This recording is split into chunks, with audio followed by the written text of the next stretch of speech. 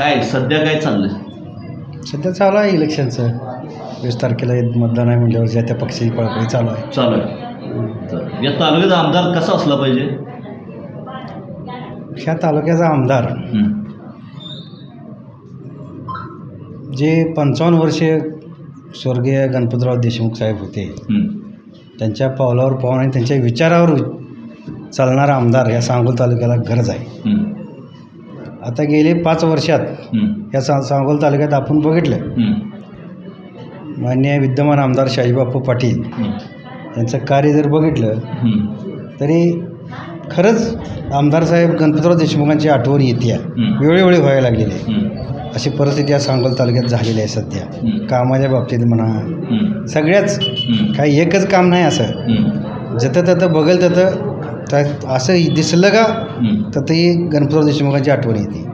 म्हणजे शहाजीबापू पाटील यांना लोकांनी निवडून देऊन चूक केली असं म्हणाले? चूकच केलेली आहे, चूक केलीच म्हणावं लागेल. चूक. बरं, मग आता तुमच्या गावासाठी तर निधी भरपूर दिला असं म्हणतात ते. कशाला निधी दिला? भरपूर निधी दिला आहे म्हणून. कडलाच चौकात तुम्ही बघितलं कसं झालं? गुडघेवढं पाणी आहे सध्या. बरं, निधी कुठं आहे? कुठं आहे निधी? निधी नुसता कागदावरच आहे. बरं, खाली प्रत्यक्षात काही निधी नाही. बरं, आता बाबासाहेबांची काम करण्याची पद्धत आणि आबासाहेबांची काम करण्याची पद्धत याबद्दल काय सांगू शकत? नाही, यात बदल होणार नाही. जसे आमदार साहेबांनी 55 वर्ष काम केलं, त्या पावलावर पाऊल ठेवूनच बाबासाहेब काम करणार आहेत. असं आहे? खात्री आहे तुम्हाला? खात्री आहे. खात्री यात काय बदल? खात्री म्हणजे असं आहे की आता तुम्हाला सांगू का, ज्या माणसाला कोण पण असू द्या, कुठल्याही घरात असू द्या, स्वार्थ असतो खुर्चीसाठी. तुम्ही बघितलं आज पक्षापक्षातनी घराघरातनी फुटी पडल्या. शरद पवार असेल, ठाकरे कुटुंब असेल, मुंडे कुटुंब असेल, जी मोठी घराणं आहेत त्यातनी खुर्चीसाठी विभागण्या झाल्या. बरोबर आहे. पण तसं सांगोल तालुक्यात तुम्हाला काय तसं वाटतंय का?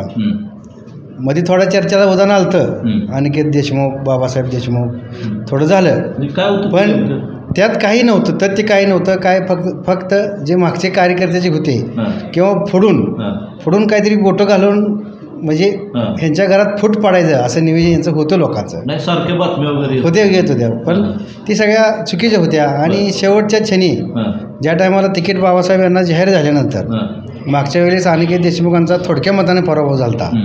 त्यांची इच्छा होती मला पण तिकीट मिळावं, इच्छा असणं स्वाभाविक आहे, काय विषय नाही. पण जो पक्षाने निर्णय घेतला तो तिने एका सेकंदात अनिकेतनं मान्य केला. म्हणजे खरं गणपतराव देशमुखांचं जनतेची सेवा करण्याचं रक्त ह्या देशमुख कुटुंबात हे असं सिद्ध झालं त्यांनी केलं. बरं, आता तुम्ही असं म्हणताय ज्यांनी काढे केल्या ते आता मतदान करतील का डॉक्टर बाबासाहेब देशमुख? नाही का, काड्या करणारच तिकडच्या पक्षाची होती, दुसऱ्या पक्षाची होती. आमच्यातली नाही ती कोण करत. आमचा पक्ष मजबूत आहे आणि असाच राहणार. आता पक्ष भरपूर चाललेत. हो, होणार असतेच की. अवघा 4 इकडची तिकडे जात असते, ते 4 तिकडची. ही पक्षनिष्ठ जी माणसं नसतात, ते तात्पुरते इलेक्शन पुरते. आता कसं असते, वारं कोणीकडे व्हायला लागले, आता ह्या दोघात कसं होणार आहे, तिघात काय होणार आहे, ही जनतेला काय लागलेलं आहे. त्यामुळं त्यांनी आता बरोबर ती जिकडं गुलाल उधळत आहे तिकडे ती येणारच आहे, ती येतच राहणार आहे. ती काही विषय त्याचा खोबरं तिकडं चांगलं असे 5% लोक असतात, त्याचा काही विषय नसतो. त्यांच्या 95% ह्या पक्षाचं शाखा पक्षाची माणसं आहेत. कोणी फुटणार नाही, काय नाही काय. आता काय ठरलंय तुमचं? आता यंदा बाबासाहेब देशमुखच आमदारच. आमदारच. धन्यवाद.